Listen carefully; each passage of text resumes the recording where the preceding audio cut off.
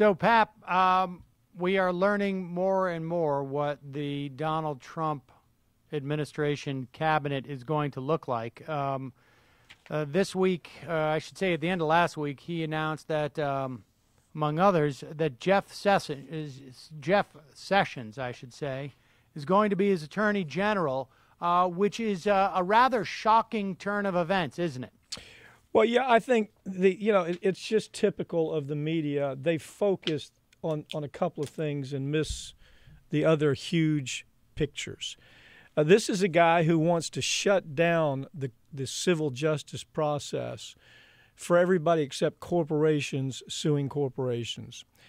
He was Karl Rove's right-hand henchman where it came to packing the Alabama Supreme Court and appellate courts with people who were barely, this is no exaggeration when I tell you they were barely judges. They were simply people who did the bidding of the Republican Party to trash the Democrats in Alabama.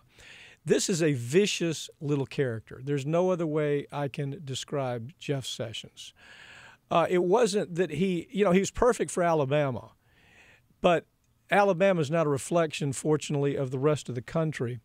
And I mean, you know the story, of course, about his problems with race. His whole idea about the Voting Rights Act was to say that it was too intrusive, that we don't need it, that Alabama and Mississippi and the southern states were so far ahead that there's no need for a Voting Rights Act, which is going to give you a lot of indication about what he's going to do in regard to really trying to ferret out voter fraud. What he's going to do is he's going to go after voter fraud in a big way. As a matter of fact, he did that.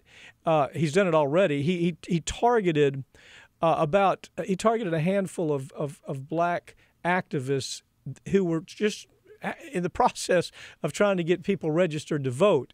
And by the end of it, it was just all a scam. Out of 1.7 million votes cast, they found fewer than 10 votes that even had where there was even a question about the registration. But nevertheless, he went on national media knowing that and talked about how he had saved the system from voter fraud.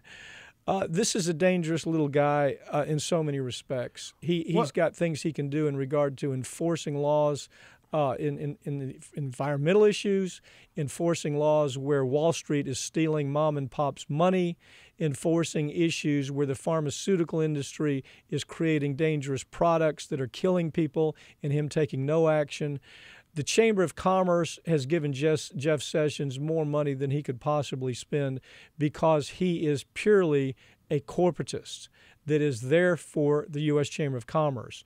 They created this guy. They built his career. And if the Democrats ever want to show that they have a backbone, this is the place to do it. My bet is that they won't, because we just know too much about them. You know, what they can do. I mean, we'll see if, I suppose it's possible they'll have the 40 votes to filibuster here. I mean, but you hear of folks like Joe Manchin from West Virginia. You've got another handful of senators running in red states. I mean, the amazing thing about this Jeff Sessions character is that, you know, he has a very long record. And you've spelled out a good chunk of it here in terms of things like civil rights. And which is not to say that someone can't have a tarnished civil rights record, right?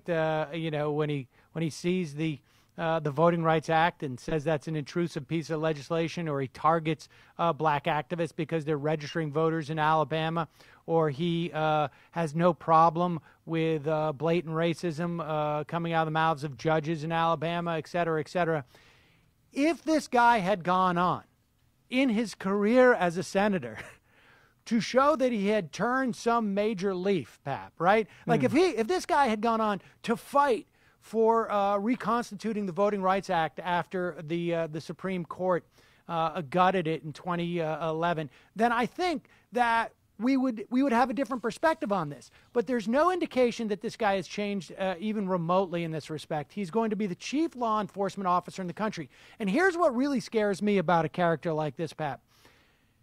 you see the Trump administration now, without putting aside the sort of more, I guess, banal and typical problems that we have with corporatists. Eric Holder, for that matter, was also a corporatist. I don't know that he'll be as a giveaway artist as Jeff Sessions. But even putting that aside, we see his administration, the Trump administration, being staffed, dancing around just about every Islamophobe in this country who holds any type of credential, right? Whether it's Frank Gaffney running the transition, whether it's going in and bringing Tulsi Gabbard, who he doesn't agree with except for on her problems with Muslims, it seems to me. You've got Bannon in there. You've got Flynn, who is off the charts when it comes to this stuff. And, who knows where they're leading. But you got a guy like Jeff Sessions who clearly has disdain for things like civil rights. Yeah, but see, here's the problem, Sam. I'm with you on civil rights. Okay, I got it. I'm with you on voting. I'm with you that these things that are front page, top of the fold issues. What the media doesn't understand is this guy does damage far worse than what he's going to do with civil rights. Okay, he has at his fingertips ways to shut down any type of activity that might bring Wall Street under control. Now, you think the inaction by Holder and the inaction by Loretta Lynch is disgusting.